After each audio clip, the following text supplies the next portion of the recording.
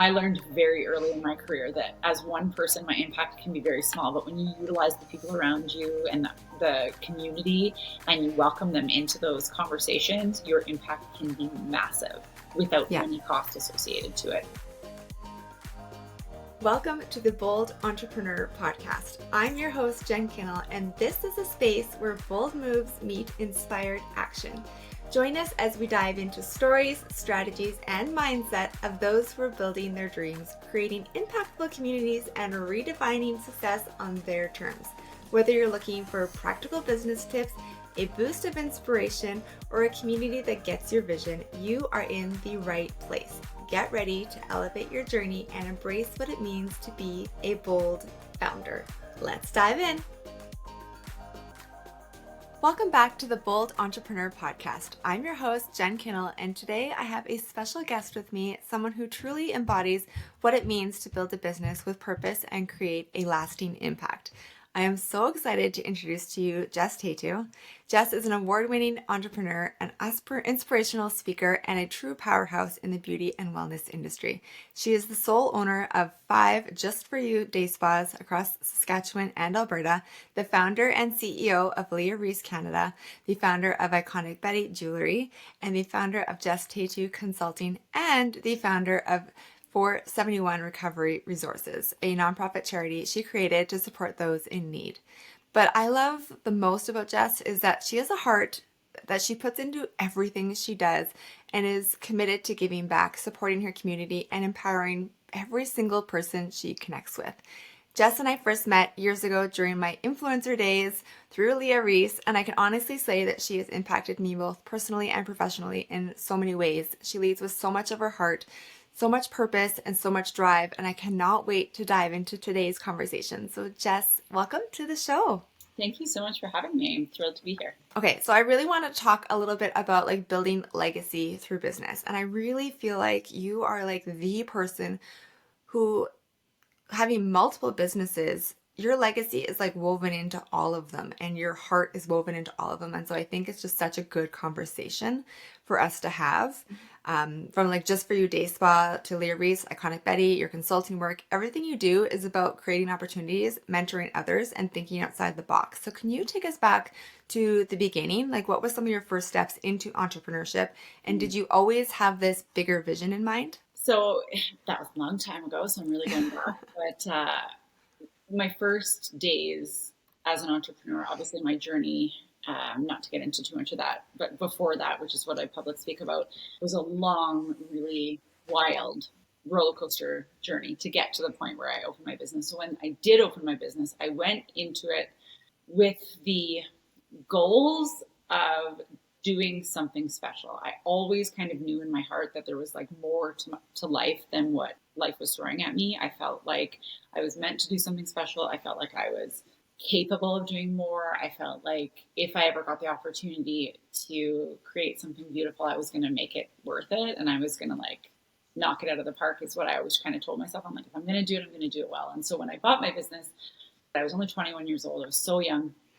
I knew really nothing if I look back, then. But even then, I remember saying to myself on the very first day of business that someday I'm going to have 5.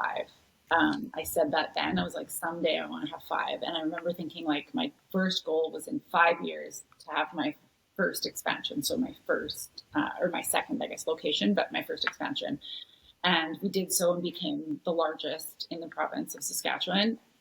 In the spa industry, and that was really magical and wonderful, and it just kind of only fueled me to know that I was capable of so much more, and that I could do the things that were hard. I could do hard things. I knew I could do something special, which is what I always wanted to do.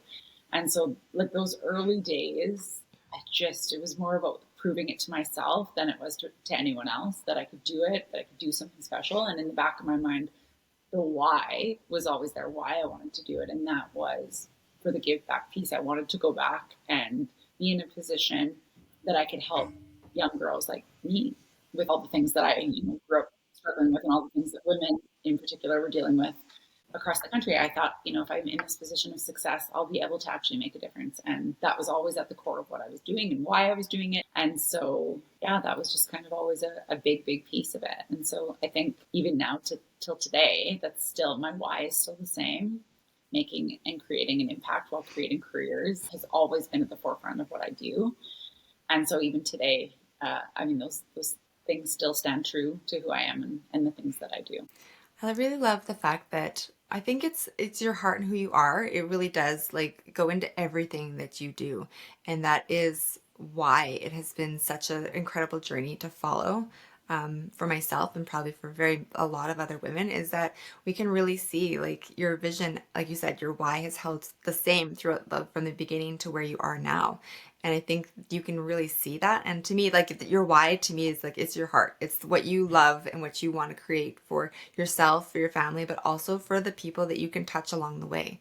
And I think that's really powerful. Thank you. Yeah, it's always been my why I do what I do. It's not easy. This Yeah. work is not easy. It's exhausting. And, very many times along this journey, I've thought like I could work a regular job, get paid more, sleep more, less Yeah. stress.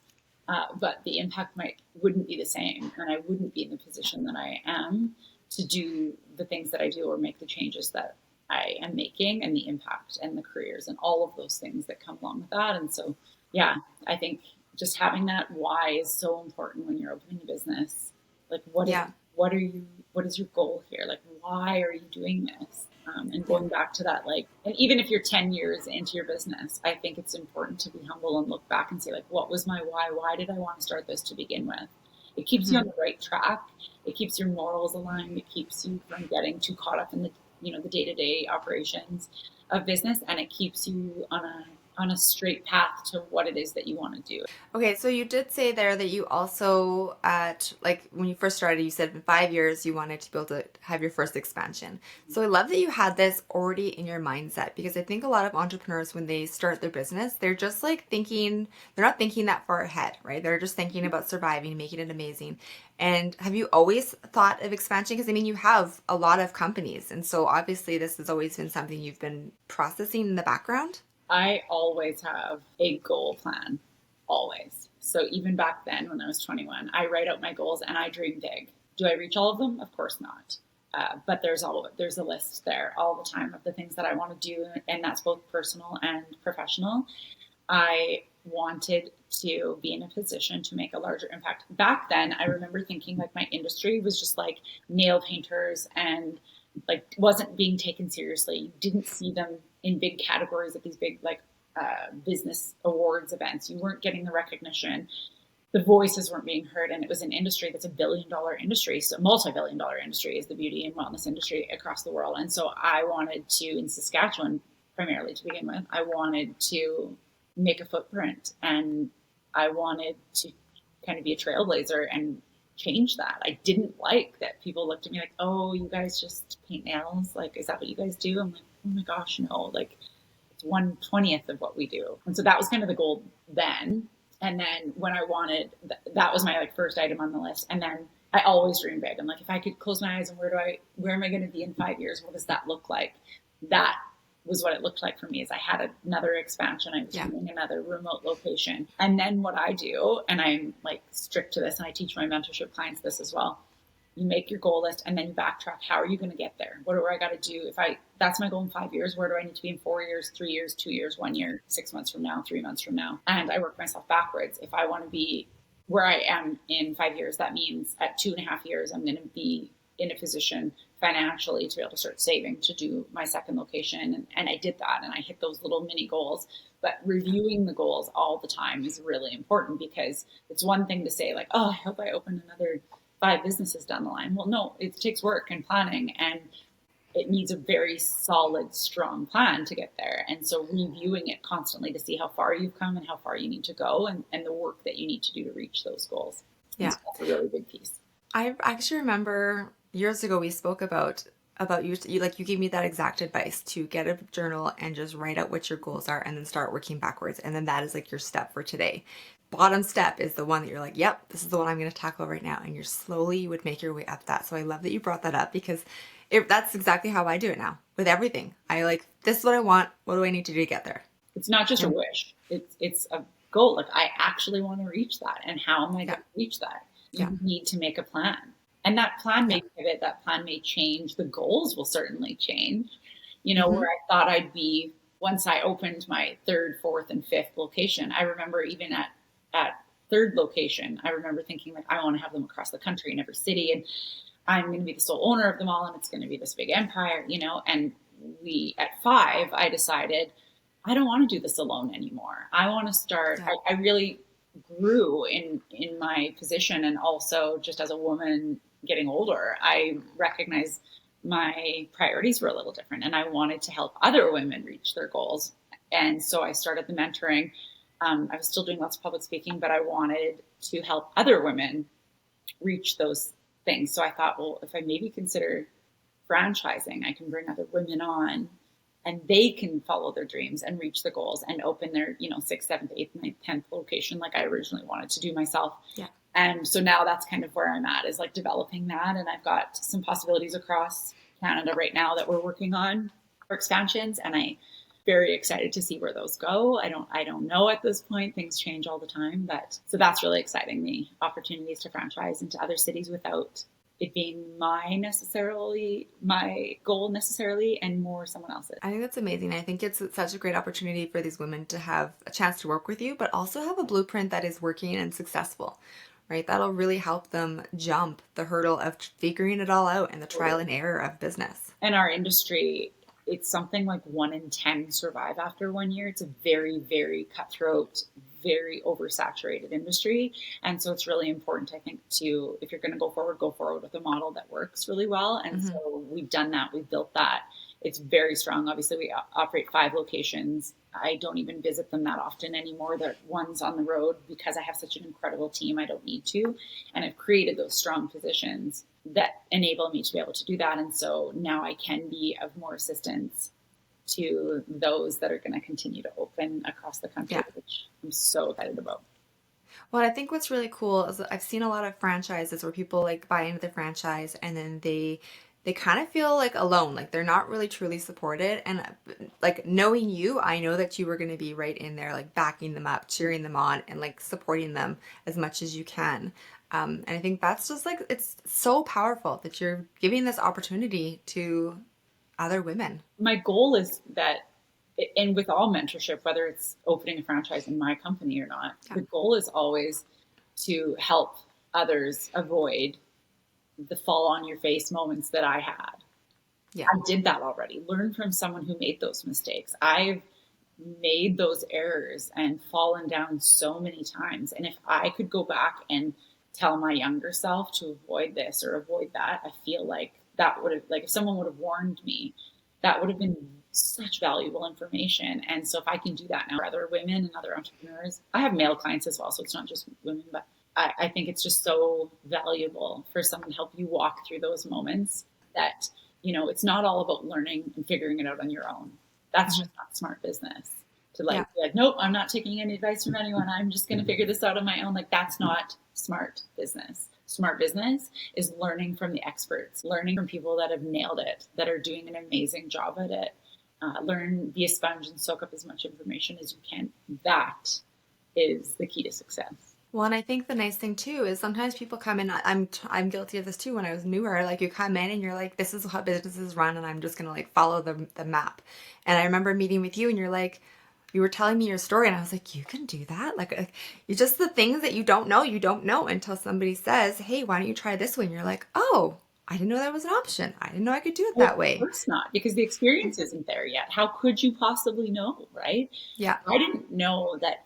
This is such a simple example. I didn't know that when you would look at a property like a real estate commercial space, for example, that that was negotiable. Like, what a silly thing to not know. But I was so young. I was like, oh, they're asking $20, $25 a square foot. And like, okay, where do I sign? You know, I didn't know yeah, that like you negotiate. So now if I can be that person and walk alongside my client to like help them through that whole process and say like, no, no, we're going to negotiate it. We're going to get a great agent that's in our corner. And I work with some of the most amazing agents across Canada to help us with that.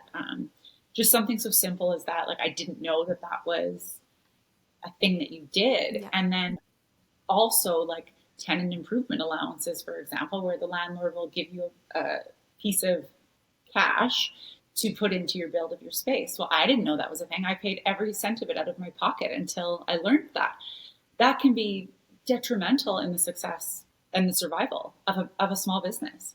If you're Yeah. putting $300,000 or $400,000 into a property, into a space to build it out to look like your restaurant, to look like your boutique, and you pay that all out of pocket or you got a loan, like that's a massive investment. And so learning those kinds of things were because I did do it without. I didn't know it was a thing. And so it's just that that's just one example, but that's something that I want to help walk a new entrepreneur that doesn't have the experience. I think a lot of entrepreneurs need to think, okay, if I invest in like Jess as my mentor, yes, it's a money that you're putting out and it's an investment, but think about the money you're getting back from the knowledge that is going to save you from just those two examples alone, never mind all the rest that's going to follow after that. Yeah. Like, and I think a lot of people need to put that in perspective when they decide to work with Absolutely. I someone. mean, it's always going to be an investment when you invest in coaching or mentorship or anything like that, but it also should be of value for you. Like you should be able to get something out of that coach that helps you in the areas that you need. Am I the right coach for everybody? Absolutely not, because Yeah. a lot of people don't need the things that I bring to the table. They are either in a different position, they have different questions, but there are many who do. And so I think it's really important when you're choosing a mentor or choosing a coach to find out what their successes are, but also find out what their failures were. I want to know the experience. I want to know when they fell on their face and how they got out of it, because they need that real life experience to be able to walk you through those difficult moments. And that is really for me what I think I bring to the table as a mentor is that like I've got 25 years of doing this all and falling on my face more times than I can count and succeeding more times than I can count. And the tips and the tricks and the things that you can do in business that I have learned along the way, that's what they're paying for. They're not paying for, 45 minutes or an hour of my time. They're paying for 20 some years of experience. The knowledge. Right? Yeah. Yeah. And someone to be Yeah. there with you to walk through, because I know how lonely it gets. It's a very lonely world as an entrepreneur. Especially when you go through the challenges, right? And then you're like, oh, where do I go from here? Do I like give up or do I pivot? Like, it's really amazing to have somebody there who's like, no, I've been there. Let's do this instead. Or that route isn't going to work. This works though. When you want to throw in the towel, because we all do, Mm-hmm. we all have those moments. Oh, always. But you need to have somebody there to walk you through it because you sure want to in those moments. And I think it's important to say, like, I've done that. I've fallen on my face. You're going to be okay. Here's what we're going to do. We're going to find a solution. We're going to pave our way through this. We're going to keep going, and having that person in your corner as your cheerleader can be a massive support and a massive deciding factor in whether or not you keep going and are successful. Yeah. Okay. I want to go back to the topic of scaling, because you've done that with so many businesses, like your spas are in Saskatchewan and in Alberta, which made me so excited when it was in Alberta, although it needs to come to Edmonton, please. Working on it. Like you've had Leah Reese featured in gifting suites for major events and Iconic Betty, which I'm seeing in so many more stores now, which is exciting. How did you approach growth while keeping your brand's integrity and purpose at the core? I think the growth side of things happened really organically because of me constantly making those goals. Like I was always like, okay, what's next? What are we doing next?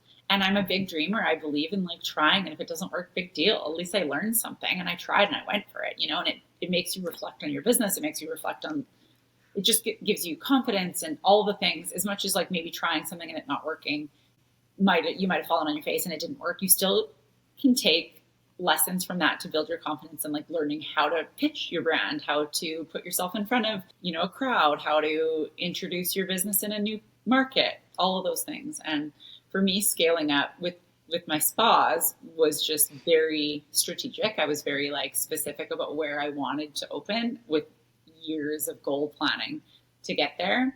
The Leah Reese Canada, the product lines, with that, again, I just think you have to put yourself out there. And so when it came to scaling, it comes back to goal writing. I made a goal. I was like, I want to be in 10 new stores by the end of, in 12 weeks. And then would work on, if I want to be in 10 stores, I got to send it out to, 50 different store, like introduce myself, et cetera, et cetera. So again, it really just goes back to that goal writing. And we went to the Emmy Awards because we got that incredible opportunity that opened so many doors for us because I had applied for I had been nominated for a local award, and I applied and I won it. That put me in front of national eyes or provincial eyes, and then I got nominated for a provincial award and I won that one. And then that gave me the confidence to apply for a national award. And when I applied for that national award, I went in thinking like, oh, I'll never get that. And I won that award. That gave me the confidence to just go for it. I was like, hey, if I won an award in Canada as a national brand, as a national entrepreneur in, hundreds of thousands of applicants, across this country, I'm going to just go for it. And so that put me in front of different large groups of people. And I got in front of the right people, and they invited us to come to the Emmys, and we went, and it was amazing. But I, again, wrote out a plan. I made it really detailed on what we were going to do while we were there to make it the most productive time while we were there. And I was going to use every opportunity. We got to talk to the Ellen team. We got to the Kelly Clarkson show took our products and gave them to her guests in the crowd. We were on Good Morning America. There was all these opportunities that came from just kind of putting myself out there. And so when I was in front of the national kind of viewers, I would say, and was invited to apply to go to the Emmys, I just went for it, and if I would have failed, I still would have thought it was a cool opportunity to try. And then when I got it, I was like, okay, well, now I'm in front of national eyes. I need to nail this. And I'm going to be prepped, and we're going to maximize our time while we're in Los Angeles at the Emmys, and we're going to shake hands, and we're going to meet these brands. And we ended up doing a collaboration with Badgley Mishka, and all sorts of just cool doors opened, and all because I just continued to write goals, believe in myself, and try, and just put myself out there. I love that if you were to work yourself backwards, you started with the provincial, you applied for the provincial award, right? That was the begin. Yeah, local. So yeah. That was the beginning step. So it's just all baby steps that just build on top of each other. So it's the goal planning, but also don't be scared to just try and put yourself out there, even if it's small, because look where it went. I applied for everything. Every time I was nominated for something, clients would nominate us, friends would nominate us, family members. Every time I would fill out that application and try my best. I lost all the time before I ever won. Mm-hmm. And every single time I did that application, I knew a lot of the times I wasn't going to win, but I still did the application because what it did is it taught me to review my business from a different angle that I'd never considered before. It would ask questions that I was like, oh, I don't have a very good answer for that. I need to change that. I need to go back into my business. I'm missing that piece in my business. I need to review that, and what are you doing for marketing, and what are you doing for this, and and it would ask all these questions that really made me dig deep into my business and see the areas that I was neglecting or missing. And so doing that just got me stronger and better, and my application got better, and my business got stronger, my confidence grew, and I continued to do it. And then when I won, I started winning, and I just kept going with it. I could have just been like, oh, cool, that was awesome. But no, I was like, hey, if I won local and I won provincial, why not try for national? Didn't think I'd ever get considered. I didn't think I'd even be a finalist. And I won, and in a couple of different categories. And I thought, if I can do this, I'm checking that mark of being the person in that little industry that wasn't taken seriously. And now I'm in a room with national award-winning businesses across this country, and my business and my industry is now being taken seriously, and I'm one of those. And that was always a goal from the beginning. And so I just think you have nothing to lose to try. Every person that I've nominated says to me, oh, I'll never win that. I could never win that. My business isn't good enough. Yeah. It is. Yeah, it is. Well, absolutely. And I think it helps you reframe, like the business owner themselves reframe their mindset on their own business, right? Because like you said, it's very easy for you to be like, my business isn't good enough, or I'm just me. It's easy to little ourselves down versus seeing how incredible we are. We always downplay our successes. We always downplay our value. And, we don't need to play small. You can just go for it and try. And if you don't make it anywhere, big deal. If you didn't win anything, big deal. You reviewed your business. You learned a lot about your business. You were able to check off things that you didn't, know that you should have in your business, you're like, oh goodness, I don't have an answer to that.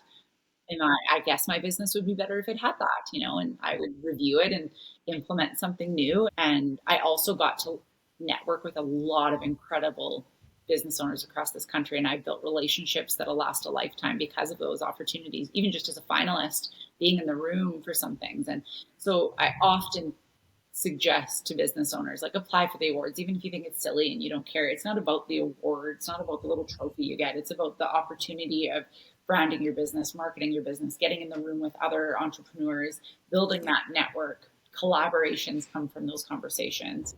I have done so many cross promotions and collaborations and things with the people I've met in those rooms. So I just think it's such a key piece to taking your business up and scaling it up and taking it to the next level. Well, and I also think that the fact that you've had to, like, in the application process, they ask you all these questions about your business, and so you do really have to take a bird's eye view of your business. That has probably really helped you in terms of like where you are now with the amount of speaking that you do. You can really see your business from like all angles, which has really gotten you to like also where you are now.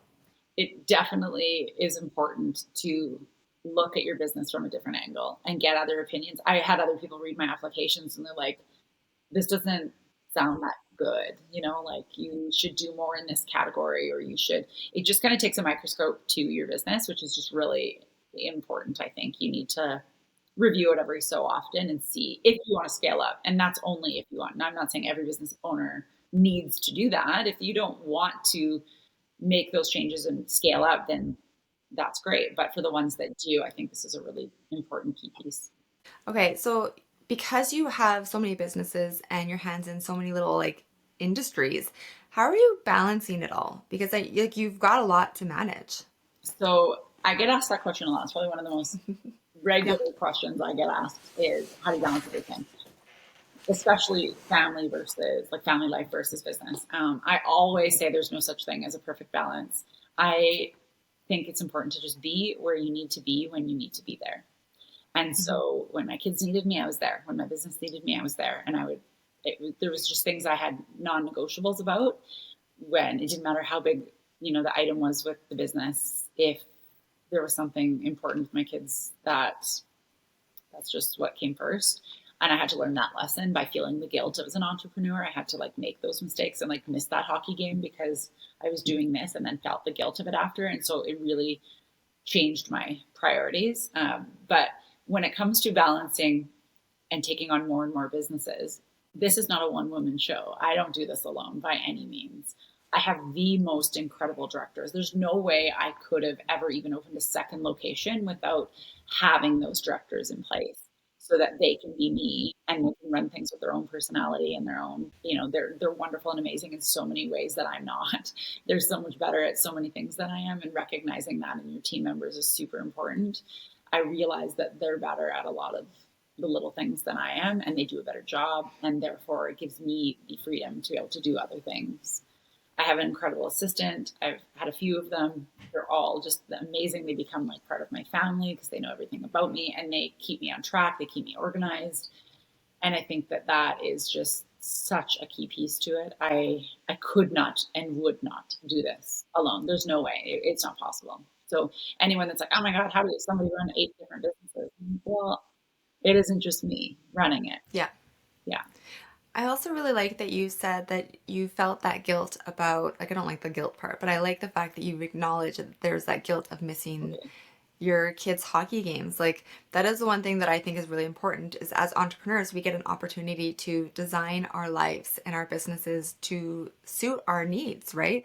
And so for me, it's been really important to make sure that I'm at all my kids' games and volleyball games and hockey games and all of that fun stuff. And so I think it's really important that we highlight that because we do get to shape what our life looks like and what our work looks like. But I think it's important to recognize that sometimes when you're in it, you don't know you're doing it. Because, if I could go back, and I say this to every young new entrepreneur, your kids are only little once. And if I could go back, I would have absolutely done things differently.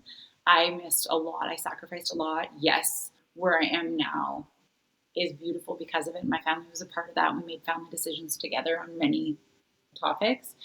and expansions and all those things. But I absolutely could have slowed down more and been more present than I was in certain situations. And I did feel the guilt of that then. And I certainly make different decisions now because of that. So I learned the hard way. So again, if I can teach that lesson to people, is like, your business will be just fine for the night. Go to the hockey game. It'll be just fine. You're going to be fine. The work will still be there tomorrow. But we put this pressure on ourselves that like it needs to be like the is all end all. And at some points it is. There are some times where it's like, I'm sorry, I've opened a new location. I'm going to be like, you know, all in for a month or two. But then it's like recognizing that, communicating that with your family, and then making sure that you're making the time with them when it's important as well, and making sure that you're you're being your best self when you are where you need to be. If you're at a hockey game and you're like stressing out the whole time because something is really going wrong at work, then maybe that's the game you might have missed. You needed to miss and be there. And when you're at your work thing and you're missing your kids, you'll know like you probably should have just put it on pause. And so I think there's no perfect balance. That's not a thing. I really don't think there is. I just think be where you need to be when you need to be there. When your heart says you need to be somewhere, just be there and trust your gut. Yeah. Yeah, I couldn't agree more. You have the ability to control that because you don't have to ask permission, and you don't need to get a time off. You don't have to ask. As an entrepreneur, you do get that little bit of flexibility. And yes, it might mean that you're working till 3 a.m. tonight instead of 7 p.m. when you're at your kid's volleyball game. But because we have that flexibility, maximize that. And now my kids are older, and I look back and I just wish I could have slowed it down a little bit. So from someone who's done it for a long time, I strongly suggest taking in those moments when you can, because it goes real fast. Yeah, I really, really love that. And I really appreciate that because I feel like that is something I don't want to miss anything. I just think it's so important to be there for that. But you're right. There are times you're like, I have to buckle down and get this done. Yeah. So, one of the things I really like to talk on this podcast is to share a little bit of the journey that people go through, because what they see on social media is like the beautiful, curated kind of profiles and lives. And we don't get to see some of the struggles, or we just missed that in their storyline of business and work. So what is something that has really challenged you as an entrepreneur, and how did you push through it? I think the challenge that I had growing up is still a challenge to this day. I grew up in a home with addictions, and we went through a lot of adversity. We spent a lot of time in shelters, and addictions in my family is very heavy. And it was then, and it continues to be to this day. And as an entrepreneur, we don't get a pass to not having life things happen. You know, we lose friends, we lose family members, we have trauma, we have things that happen. It doesn't exclude us. The world doesn't stop just because you own your own business. So I think for me, learning how to utilize those difficult positions and those situations to do something positive has always been, I shouldn't say always been, it has been a learned thing, but it is something that I do to kind of make my way through those hard moments. And so as an entrepreneur, and without getting again into too much of my story, I mean, I went through adversity like crazy, and then found success in my business, and then was hit with crazy adversity again. I lost my father to addictions. I lost a marriage to addictions. My sibling struggles significantly with addictions. I lost a family member, a stepmom, to suicide. I lost a best friend to cancer, all within a very short period of time. And it knocked me off my feet. And I was at the highlight of my career. I was at the highest point of my career. And I had to learn to stand back up again because I didn't want to. I didn't know how to navigate both things. I didn't know how to carry both things. The trauma and the chaos that I had growing up was now all of a sudden fully back in my life. But I was at the highlight of my career where I was standing on stages, public speaking. I was doing podcasts. I was doing live broadcasts. I was on the news doing interviews. I was doing all these things at the highlight of my career. And yet it was some of the hardest moments of my life. And so I had to learn to turn them into positives. And that took a lot of commitment and a lot of soul searching to be able to do that. And so now, when I think of the things that happened or those really hard moments, I try to see the light in those situations and try to really create something beautiful from it. So a couple of examples, just so that whoever's listening at home can maybe find something like this in their world, because for me, it was so healing, and it continues to be, and it's very powerful. So a couple of the things that I've done is, for example, my best friend passed away from breast cancer. So we use my business to fundraise, and we do big promotions around breast cancer research. And every time we do it, I think of her and the pain that had happened, but I also think about the beautiful things that we're creating. We donate back to the Canadian Mental Health Association. We do lots of fundraisers for it. We do a lot of talking about it. We share links all the time on our social media, because it's not always just about the money. It's about the activity and talking about it, and the support in regards to some of those programs. My father died really tragically, and so we collect winter gear, like winter jackets, winter boots, winter mitts, toques, things like that, of that nature, and we donate them to the shelters. That costs me nothing. It's just my reach on social media and in my businesses to say, hey, if you have a winter jacket, please drop it off. And then I personally take them to the shelters, and we hand them to the people that didn't have them. And that was directly because my father froze to death. That's how he passed away. I should have given a bit of a trigger warning for that, but that's how he passed away. And so it's important to me that people that are struggling out there have the things that are basic necessities to life. And those are things like winter jackets and winter boots. And so for me, that was a way to turn something really tragic into something really beautiful. And now we do it. And of course, I'm still sad when I think about losing my dad. Of course I am. But I'm also like so proud of all the beautiful things that came from his passing, the way that it happened. And I'm so proud of turning such an awful thing, an awful situation, into something that's so helpful and changing people's lives. And every time I stand on a high school stage and I talk to those young girls, I think of myself at 15 years old on a bus by myself, coming to Saskatoon to start a life on my own. I think of myself every time I'm in that room. I'm like, what would that little girl need to hear? And so I've created this direct give back to things that hurt me the most and struggle the most. And I find a way in all hard spots of life and career to find a beautiful light in it, even when it feels like there's none. And it's a hard task to do sometimes, but it is the most fulfilling thing you'll ever do, is being able to create an impact from something that hurt you. And so, yeah, I think that's just like a little thing that people can do at home, whether it's like, nothing as tragic as some of the things I talked about. Maybe it's the end of a friendship that makes them feel not great, or it's a job that they're unhappy with. And so they, drop off, send kind text messages out to the people in their world that are great friends, or they, make a new friend to talk about creating a new job or getting a new position. Or there's always a beautiful way to turn a negative into a positive if you really are committed to it. See, this is why I say you have so much heart, because even in all your struggles and like trauma, there is something beautiful that is born out of it in everything you've done that I've ever seen you do or heard about. I just think it's a beautiful thing for people to, instead of sitting in that moment, to really take it and make something that is impactful but also really is healing for you. And I sat in those moments. I had those moments. I had to pick myself up off the floor when I didn't want to get up and keep going. And I had to do something to change my mindset. I couldn't change what was happening to me. I could only change how I was reacting to it. I took my moments. Like, don't get me wrong, I had those moments. I think you need to feel what you need to feel when you need to feel it. And yeah, I did that. But then I got up.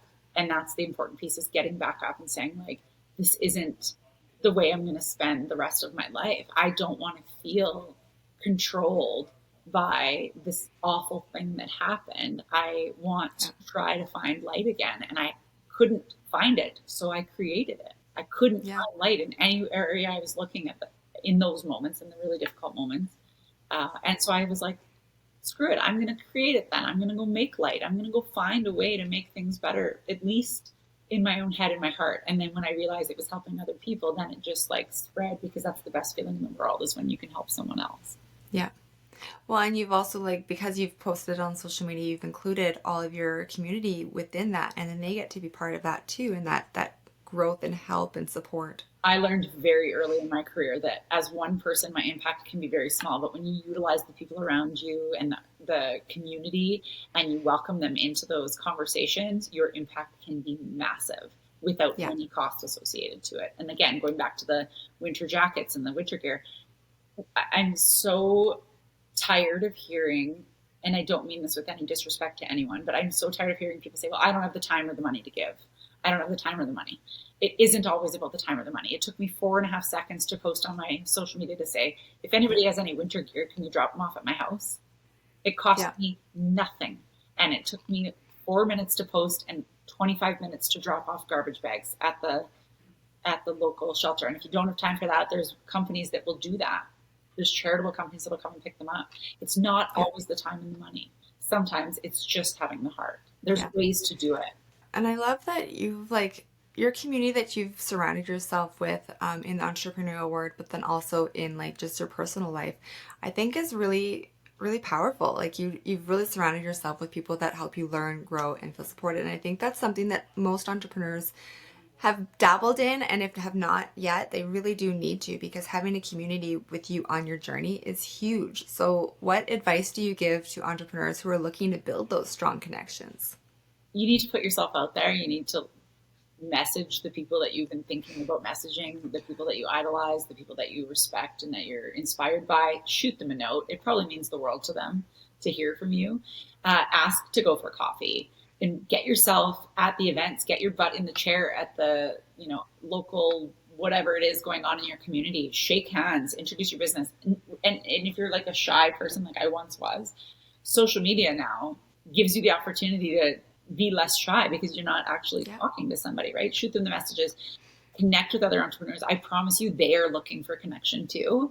There's so many out there that are like, oh, I just wish I had another entrepreneur to talk to. We all feel that way. We just don't know where to look. And so I think just stepping outside your comfort zone and trying, it's such an important piece to your wellness and your mental health to have those support systems in place. And it's not always just your family and friends. Sometimes actually those people aren't the right people to support you with things in your business and as an entrepreneur because they don't have that lived experience as an entrepreneur. They don't understand it. So you need to talk to a like-minded person who's living the same chaos as you sometimes. So reach out, ask for a coffee, build a relationship online if that's where you need to start. Get yourself to charity events, get yourself to fundraisers, get yourself to the fun community things that are happening around the city. There's lots of free things happening. There's lots of collaborative opportunities that you can do as a business owner or just as a woman, even just to want to get to know someone else. Put yourself out there and just try. Even if you build one, they'll have someone else and introduce you to their friends. And then also another piece of that is something that I feel very strongly about is I have no time for the negative BS that you'll see online. I want no part of it. And if people aren't supportive and kind, there's no space for them in my world and I just don't engage.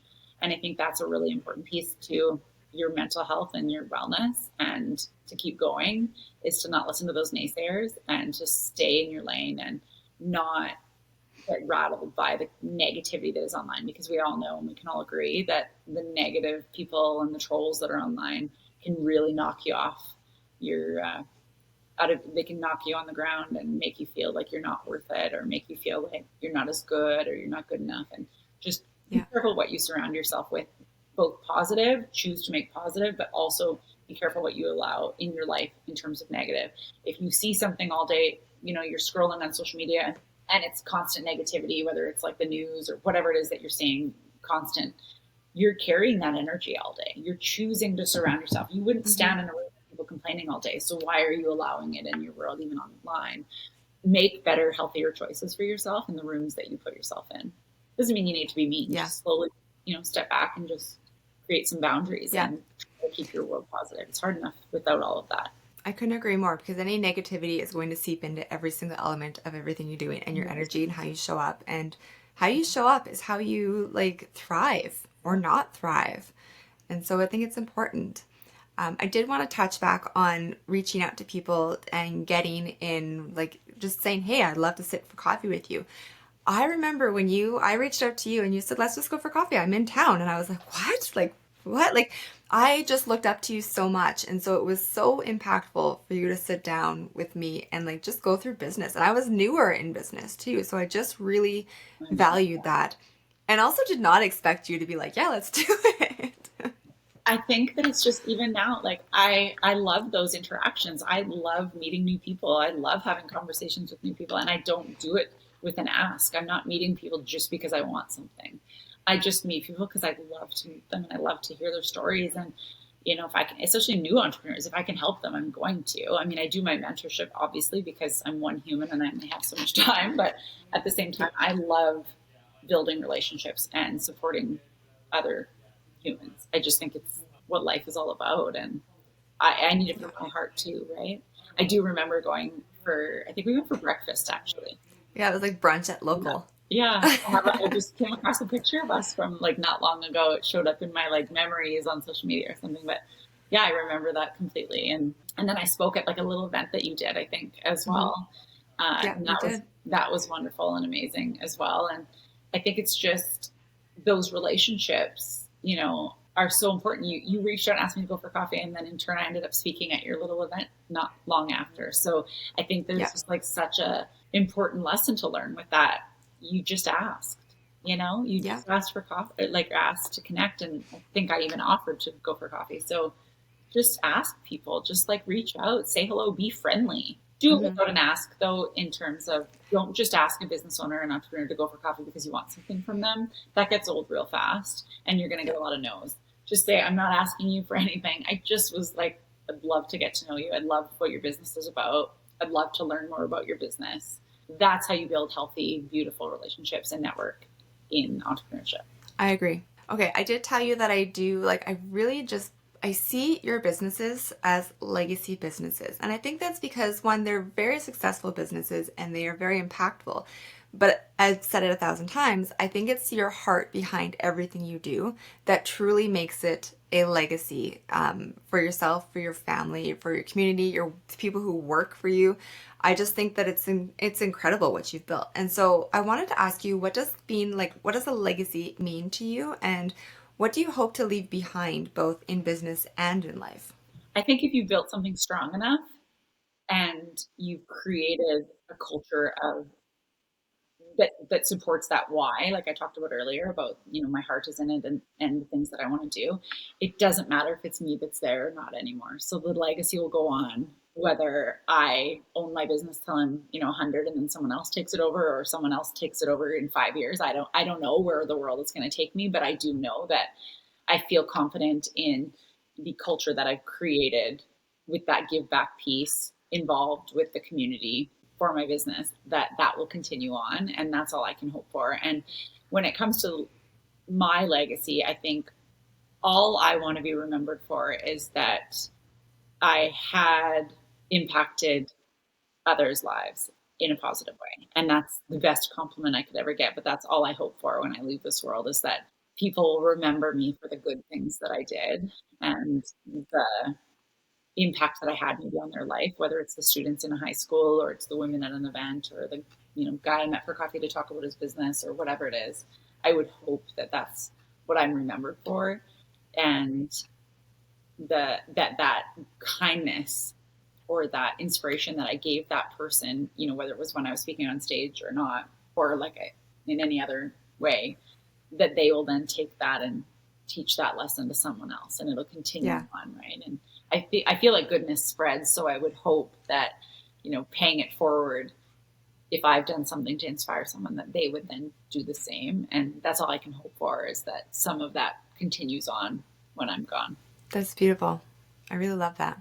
Can you tell us a little bit about your mentoring that we've kind of touched on it throughout the whole podcast, but I'd love to hear like more in detail about what exactly you're doing with I, mentoring. I started mentoring because I realized what I would have done back then to have somebody in my corner. So I started it. I'm very, you can apply on my website, jesttetu.com.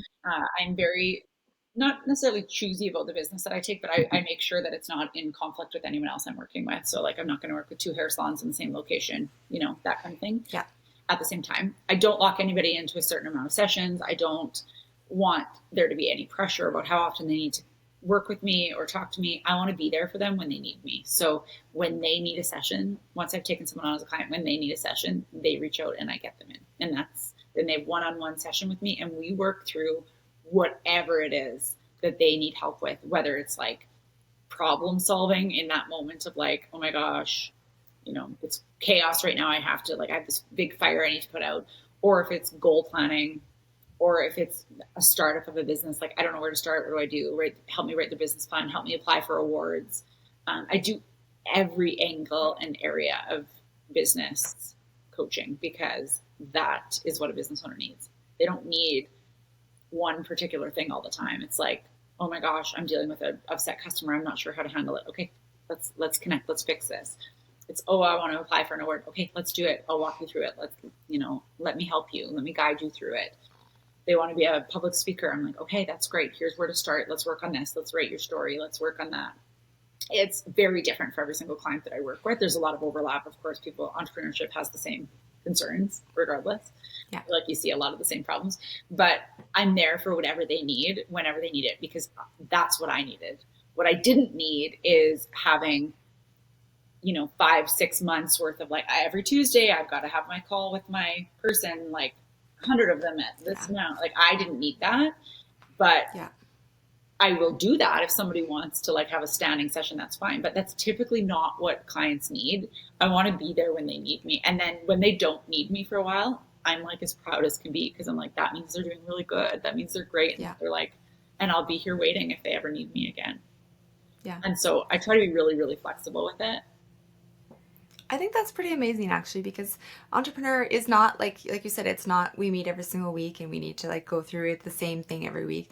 We need time to implement. Let's create an action plan and then let's have time to implement. And if there's struggles along the way, reach out. But otherwise, like let's reach out once you've tackled this goal, and then we'll work on the next step. And some clients I work with, we just do goal. Like that's the main focus is we do that goal writing, we review it monthly, we go through it, we see where we're at, and it holds them accountable. And then others, it's like, I want to do this and I'm opening a new location. Can you help me? And it'll be like, focused sessions for a month until they get up and open. And then I, don't work with them again for another year.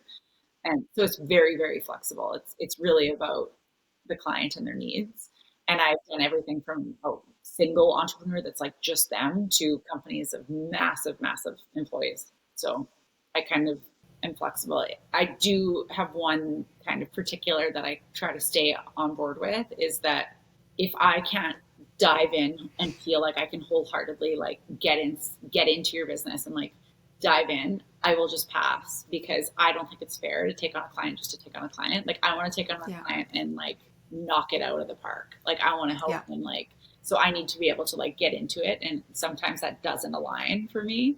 And not very often that's happened, but it has happened a couple of times where I'm just like, I don't know if I'm the right person for this. I don't know if I understand the business model. I don't know if I, right. But that's the beautiful thing about the people that I work with though. I love them as people and I kind of feel like I'm part of their team and I like fall in love with their business like I did my own. So I love that so much. All right. So we're getting towards the end of the podcast and I always ask this question, but what parting advice would you like to leave our audience with? I think maybe a couple things. Number one, if you can find something positive in something negative, even if it takes days or weeks to really find it, I promise you it will really make a lasting impact. Another really positive tool that I do when I'm speaking, and I do this in groups or workshops that I do, and I just think it is the most beautiful activity. And so I'm going to leave this with, and I probably even have made you do this before, Jen, so we'll see, but I want any listener that's listening, just for their own selves, I want you to think of somebody in your world that is not like a best friend, somebody that's like your neighbor, your kid's teacher, the lady at the post office, whoever it is, your mother-in-law, whatever. I want you to send them a note about your appreciation for them, some kind words with no ask, just because. I always tell people to do 3, and then I want you to read those at night, at the end of the night, and just take a moment to think how that feels and recognize like how beautiful it feels and how good your heart feels in that moment. Doesn't matter what happened during your day. When you read those responses of them saying like, oh my gosh, Jess, I needed that. Or, oh my gosh, Jen, that was the nicest message. Thank you so much for that. Feel how good it feels. Because the reminder with doing that is that You have the ability to change the trajectory of someone's life simply by the impact that you have on them, whether it's positive or negative. And I want you to try to choose to let it be a positive impact.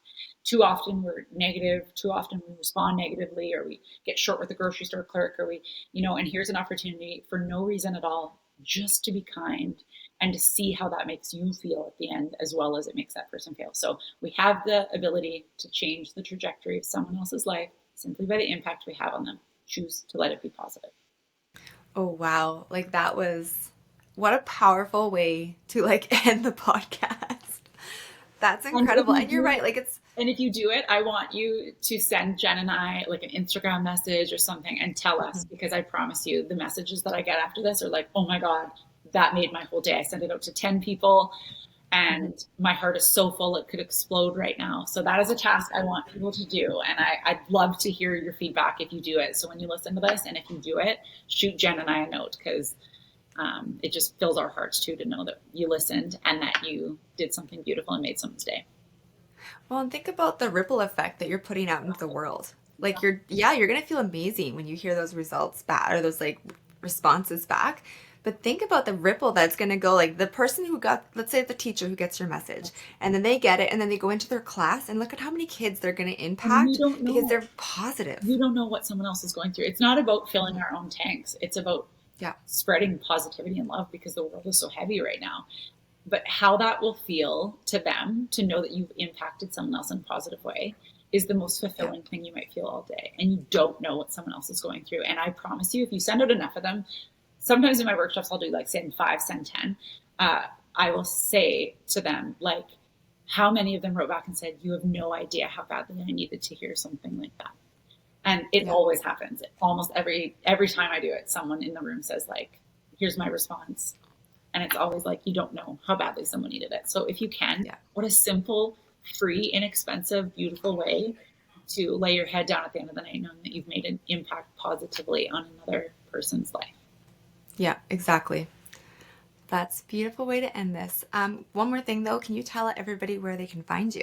So Instagram is probably the fastest. I am very active on there and I respond to every message, even if it takes me a week to respond to everybody. I always do. So it's at Jess Tetu, JessTetu.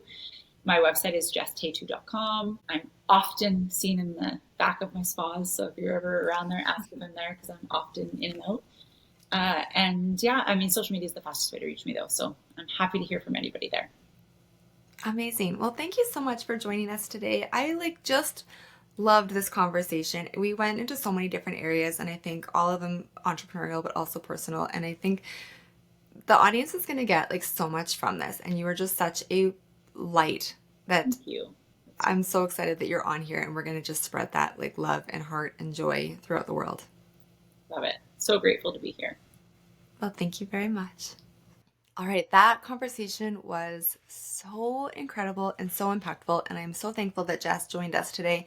She has been somebody who I've looked up to for forever, and so I really wanted to dive into like really the legacy behind her business, because I do think that she really is building a legacy with each of her businesses, but how her businesses are designed to create such an impact and share so much heart and love and positivity to her audience, to her people who work for her family, for herself. I just think that is what a legacy business is. And we should always be looking at how we can build our legacy and how we can support each and every piece of like person, puzzle, piece of the puzzle, everything that we do in our businesses, so that we can also build a legacy that we are proud of. Like, what do we really want to create for our businesses? What do we want to leave behind? What do we want to be known for?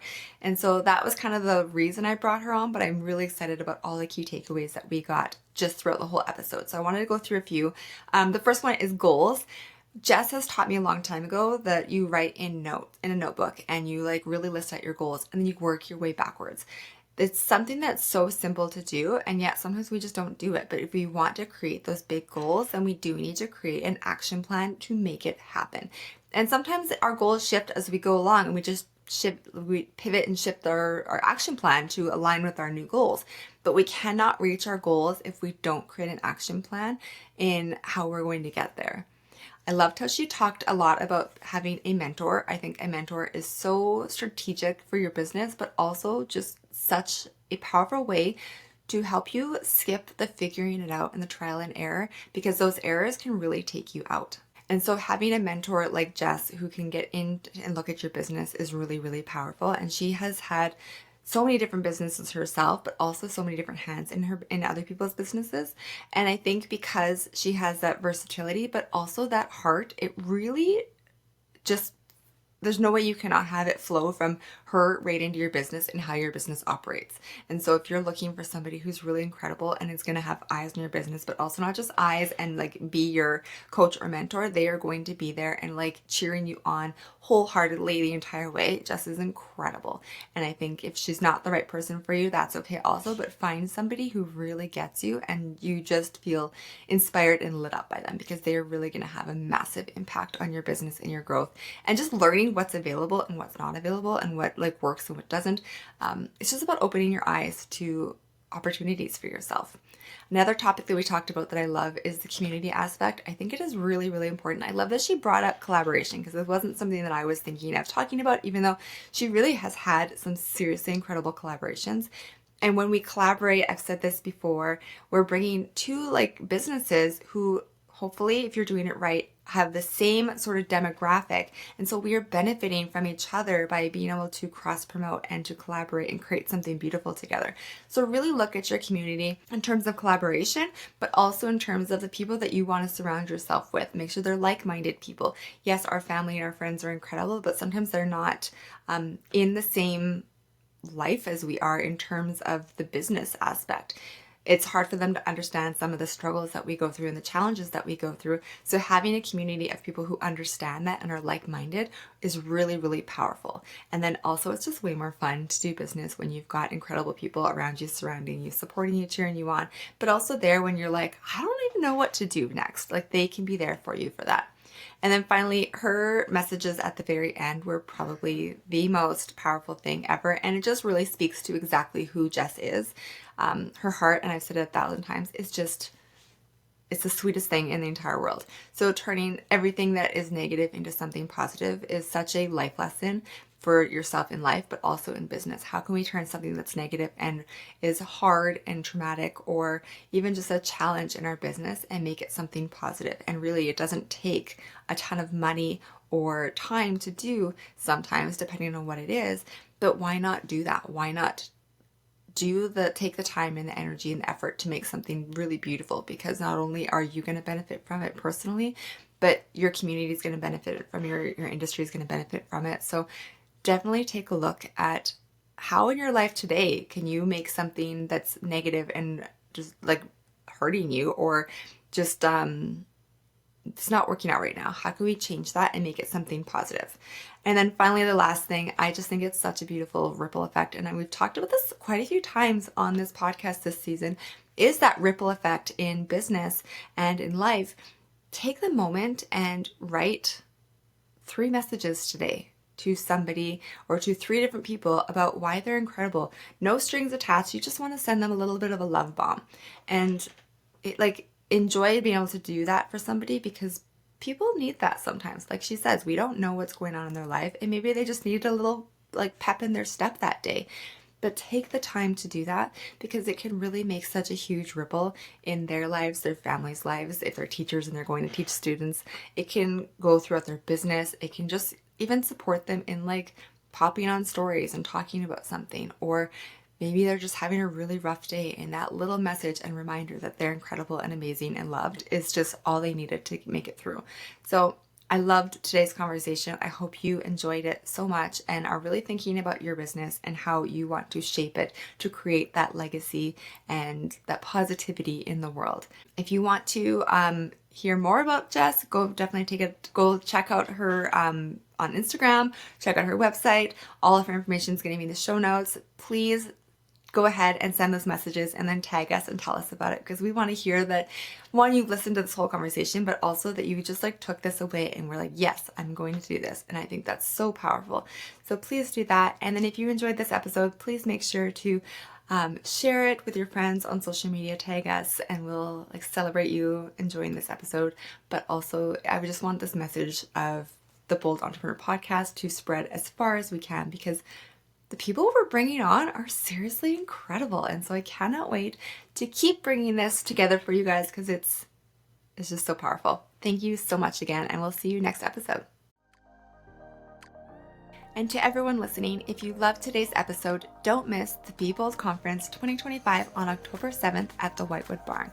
Surround yourself with bold, ambitious women in business who get you, who support you, and who help you grow. Learn from top speakers, get actionable strategies, and walk away with a game plan for designing a business and life that aligns with your vision.